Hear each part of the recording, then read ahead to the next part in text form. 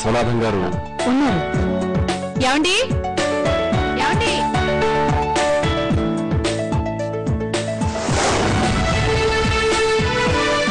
నమస్కారం అండి. నమస్కారం. నమస్కారం అండి. కూర్చోండి. మీరు ఎలా ఉన్నారు? బాగున్నామండి. అబ్బాయి బాగున్నాడా? బాగున్నాడు.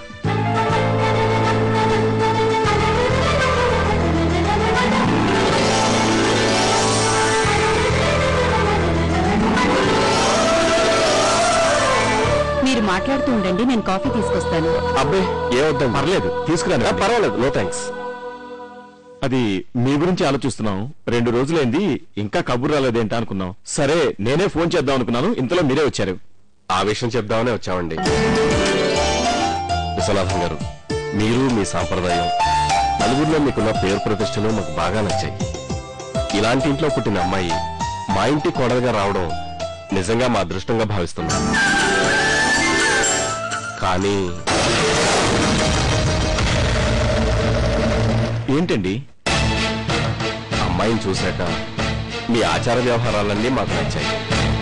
ఇలా మాట్లాడడం తప్పే, కానీ పిల్లలకంటూ కొన్ని అభిప్రాయాలుంటాయి కదా. పిల్లల అభిప్రాయాలకు విలువిచ్చి వాళ్ళ నిర్ణయం తీసుకుంటేనే కదండి వాళ్ళ జీవితాలు సుఖంగా ఉండేది. కానీ ఇక్కడ సమస్య, మీ అబ్బాయికి మా అమ్మాయి నచ్చలేదా? నచ్చింది.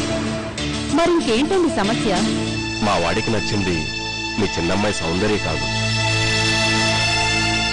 మీ పెద్దమ్మాయి అర్చన.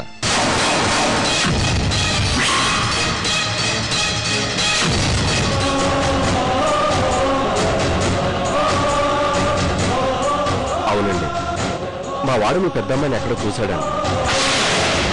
తన వ్యక్తిత్వం, సంస్కారం అన్నీ వాడికి బాగా నచ్చాయని చెబుతున్నాడు.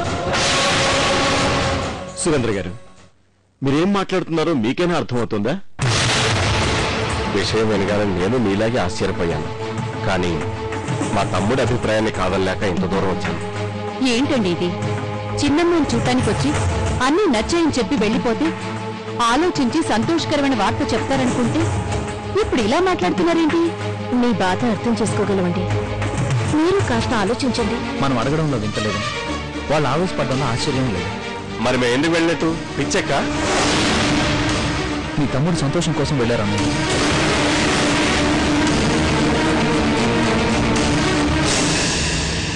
పాతికేళ్ళుగా నేనేంటో మీకు తెలుసు. అయినా ఒక అమ్మాయిని చూసి మరో అమ్మాయి నచ్చిందని చెప్తే నువ్వే ఒప్పుకోలేదు. ఎంతో ఆలోచించావు. చివరికి నా ఇష్టాన్ని గమనించి, నా మాటకు విలువిచ్చి, అచ్చని నేను చేసుకుంటే ఆనందంగా ఉంటానని భావించి అంత దూరం వెళ్ళావన్నయ్య. కానీ ఆ కుటుంబానికి నేనెవరో తెలియదు, నా మనసేంటో తెలియదు. హఠాత్తుగా వెళ్ళి చిన్న కూతుర్ని చూసి మౌనంగా వచ్చి పెద్ద కూతురు చేసుకుంటానని చెప్తే వాళ్ళెంత ఆలోచించాలి. గడికి ఒక మాట మాట్లాడిన నా చంచలమైన మనసే వాళ్ళకి కనిపిస్తుంది. కానీ అర్చన మీద నాకున్న ఇష్టం ఎలా కనిపిస్తుంది అన్నయ్య? ఇంకా ఆశపడటం మంచిది కాదు.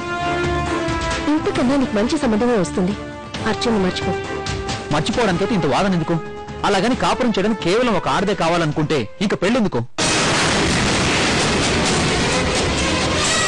అన్నయ్య, నన్ను చూస్తుంటే మీకు ఒక మొండి వాళ్ళ మూర్ఖుళ్ళ కనిపించవచ్చు. కానీ ఏమీ చేయలేకపోతున్నాను అన్నయ్య. నా మనసు అర్చన చుట్టే తిరుగుతుంది. అర్చనే కావాలనిపిస్తుంది అన్నయ్య.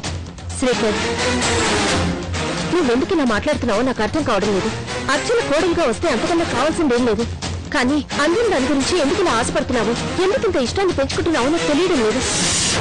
వదిన, ముక్కు మొహం తెలియని ఒక అవుటివాడి గురించి అంత ఆరాటపడుతూ ఒక వ్యక్తిని ఎదిరించి ఆ అవుటివాడి మీద అంత ప్రేమను చూపించగలిగిందంటే ఇక తాళి కట్టి తనతో 100 ఏళ్లు కలిసి జీవించే భర్త మీద ఇంకెంత ప్రేమను చూపిస్తుందో ఒక్కసారి ఆలోచించొద్దు అన్నయ్య. అందుకోసమైనా కాస్త వెయిట్ చేద్దాం. ఓర్పుతో మరొకసారి ప్రయత్నం చేద్దాం ప్లీజ్.